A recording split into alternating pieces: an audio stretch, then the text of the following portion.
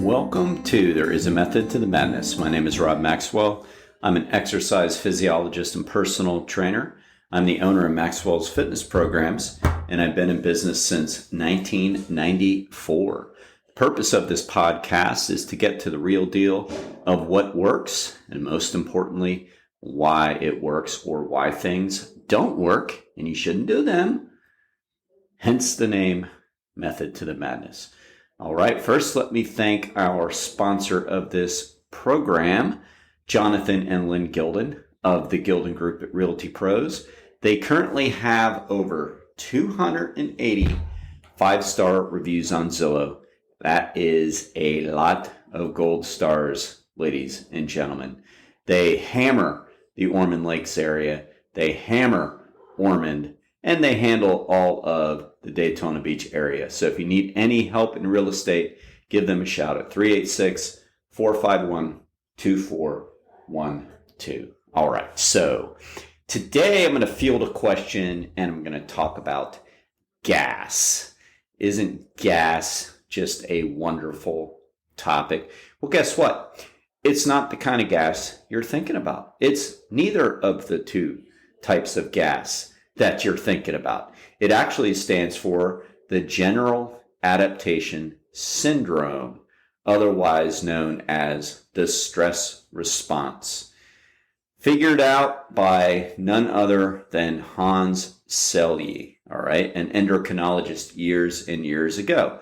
We've been using this to explain stress, how to ward off stress, or how to better deal with stress for decades. It is a great thing to know. And it very much is a part of health and fitness, sport and exercise, and all of sports, really. Matter of fact, I've spoken about periodization before, where we are setting up a program of progression, which everything changes but stays the same. So in other words, it's a very technical form of strength training that we'll use in the strength and conditioning world. And as I've said before, we actually use it here just to a lesser extent. But periodization is based on the general adaptation syndrome as well. Because basically what this means, or what was determined, is the body can only handle so much stress before basically it just says, I'm done. So when this research was figured out and we determined that, yes, we can overtrain just like we can have a nervous breakdown, and the symptoms are actually very similar, then periodization programs started to become very popular, where levels of stress are manipulated throughout the program, and then there's a bit of a recovery time period, and then we get after it again. That's essentially periodization. So periodization comes out of Selye's work of the general adaptation syndrome. All right. So a couple things we need to know. First, stress is stress is stress. Your body cannot determine if it's positive stress, which is eustress, EUSTRESS, negative stress, such as distress, and I'll give you some examples in a second. And then the latest one, which I've spoken about before, I don't necessarily agree with, although I'm not going to argue with the famous endocrinologist, but eustress, which means like a neutral stress. I've been racking my brain for years trying to think, well, what the hell is a neutral stress? I don't know. If you come up with some, let me know. I'm sure I could Google it and they'll give some, and I'll probably say, that's not neutral, that's negative, or that's positive. Who knows? But anyway, a stress is a stress. So eustress is working out. It's a positive stress, but it's still stress. It still takes a toll not only on your body, but on your endocrine system, meaning you can throw your hormones out of whack if you're training too hard and too frequently. Another example of a eustress would be getting married. So that's a positive event in somebody's life, but it's still stressful. It's a change of life. Another one would be getting a job, a new job. Another one would be having a baby. So these are all positive stresses that we seek out, but they still affect us the same. Then there is distress, and distress is pretty obvious. It could be, getting sick. It could be something happening to a loved one. It could be losing a job. It could be the opposite of marriage, getting a divorce. It could be as simple or as, minor as getting a traffic ticket. So those are all examples of distress. But as far as your endocrine system goes, you're in your emotional states, which are largely driven by your endocrine system, your body doesn't know the difference. So if you're under a lot of stress, like you're buying a new home, you just got married, having a baby, you're working out as hard as you've ever worked out in your life, training for like some ultra marathon or something. You are, maybe driving recklessly and getting speeding tickets or whatever. So like you're piling all of this positive and then a few negative stresses happen. It's going to throw you over the brink. There's only so much your body can take. And it is important to really understand that and know yourself. Okay. So that's the first thing we needed to learn. And hopefully you wrote down. A stress is a stress is a stress. The second thing is, what are the stages of these stressors so we can start to pay attention to the symptoms and signs? So phase 1 is the alarm stage. That just simply means you're aware of the stress. So you went to the gym. Okay, that's one alarm. No big deal. If you've done this over and over and you're allowing yourself enough recovery, you're going to handle it, which is called the resistance phase. But I'm not going to get ahead of myself. So the alarm reaction or alarm stage or phase 1 is simply you are introduced to the new stress. It's going to take your body and mind time to adapt to the stress, but the alarm reaction can be hundreds of times in an hour. It could be hundreds of times in a month, like just depending on the amount of stress you're putting yourself through.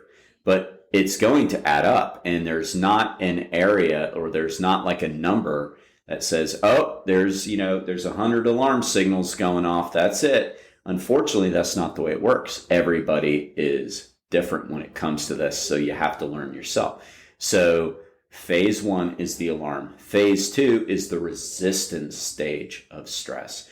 That's where we hopefully have built up a resistance. Think of a cut on your arm. So you first cut your arm. That's the alarm stage. Your body is going to go through what it needs to go through to heal. And if you leave it alone, you're going to build up enough resistance. You're going to grow a scab, skin's going to grow over, you're good to go. But let's say, the doctor's picking at it, which I guess would be a eustress in a way, and you're picking at it because you're bored or you're, weird. No, I shouldn't say it, but you're picking at it.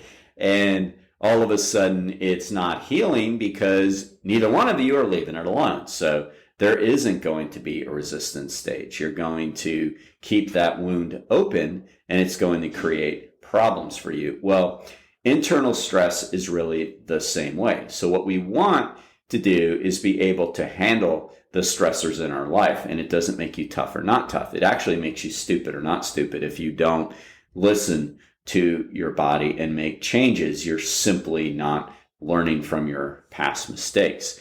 I'm not saying that it's easy, but we do have to start to pay attention to these things. Whenever I hear people talking about, this happened and this happened and this happened. And then, all of a sudden I just couldn't take it anymore. And I started screaming at everybody at work and I got reprimanded. I'm like, okay, but you told this exact same story 3 months ago, so you're still having trouble at work because you're not handling your own stress very well. So, you're not learning from this. So we do need to learn what we can handle. And I think part of that starts to happen when we understand that all of these stresses add up. We can start to keep a journal, exercise log, a regular journal, or just have great paying attention skills, which is wonderful. But personally, I like to keep journals so I can keep documentation of stuff and I can kind of predict, better cut back, Rob, or you're going to be heading for the fall. All right. And then finally, phase 3 is where we don't want to get, and that's the exhaustion stage. That's where the reserves are literally depleted. So we went past resistance because even though well, not even though, our body was resisting, which is great. That's the adaptation we want. So let's take working out. We strength train. We work out hard on Monday. We eat nice nutrient-dense meals after our workout. We had a good sleep on Monday night.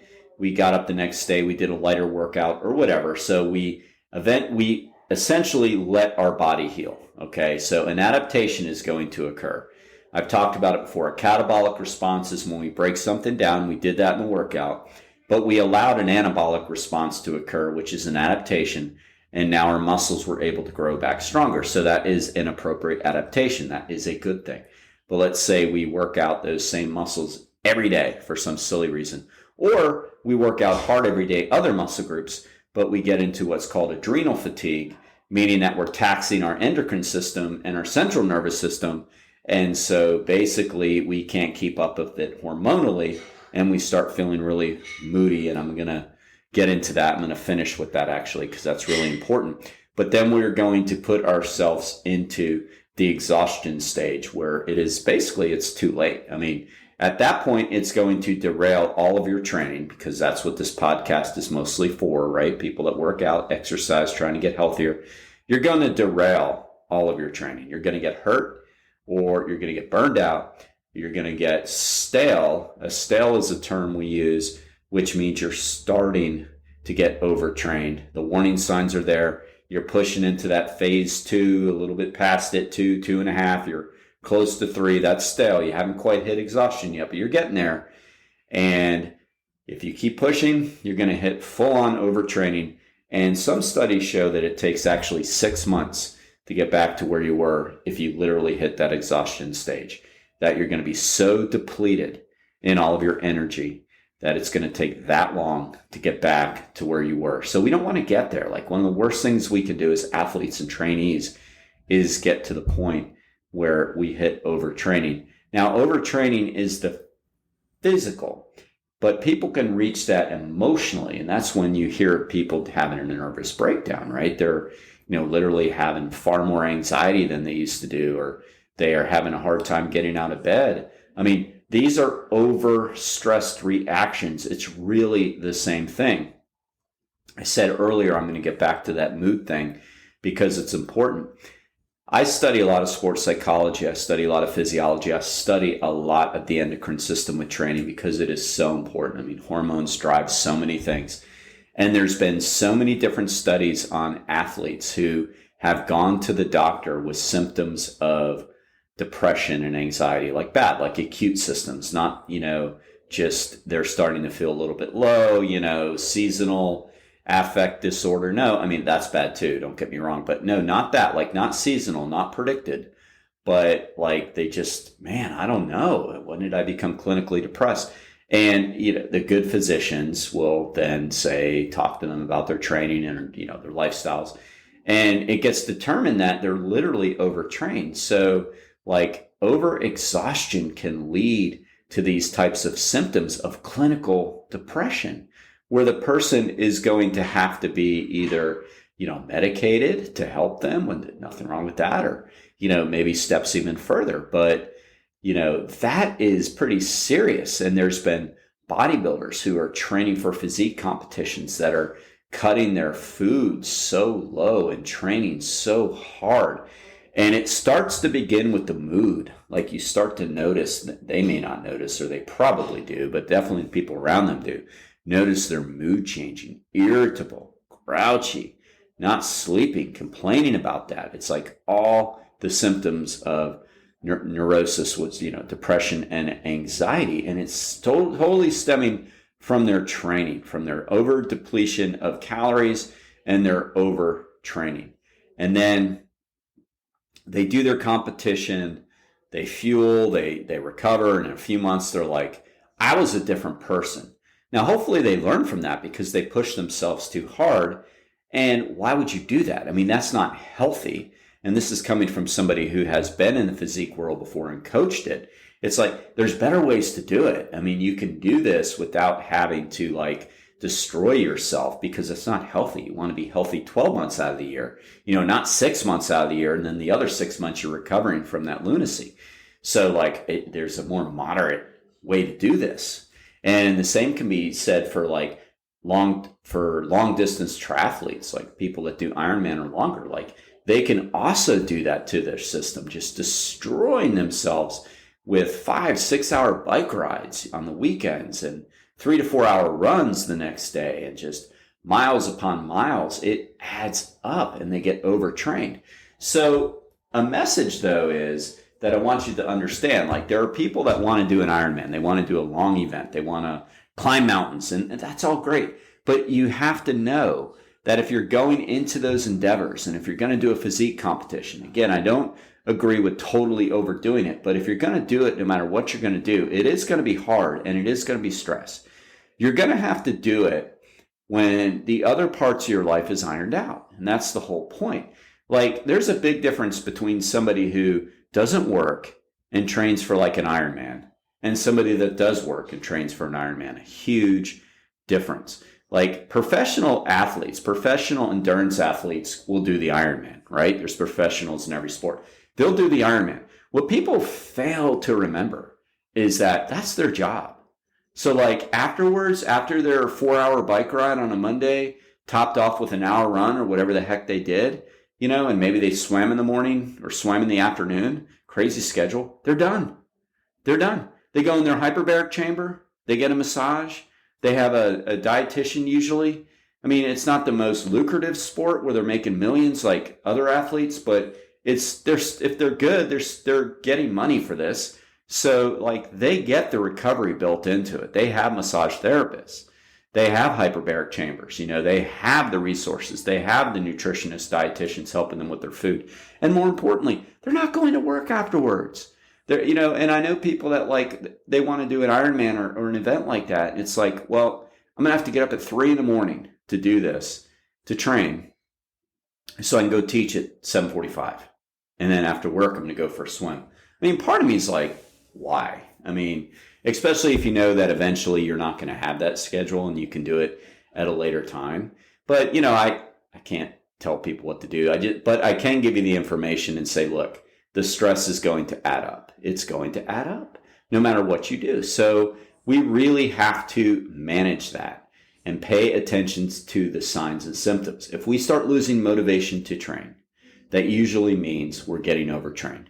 If we're not sleeping well, that usually means we're getting overtrained. If we're irritable and moody, that usually means we're getting overtrained. If we're not reacting the way we used to, like we're just being a little more jumpy and jumping down people's throats and, you know, moody and all that. Again, I've kind of covered that, but it typically means you're overtrained or overstressed. Put those two things together because they're the same thing. All stresses add up. So we have to work out, of course, but we have to figure our plan into our lives that works.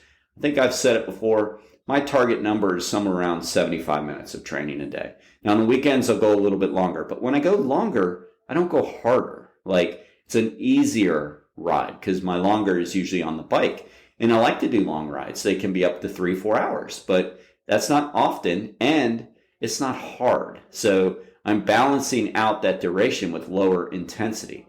You know, as I've gotten older, I realize I can't beat the tar out of my body like I used to, nor do I want to.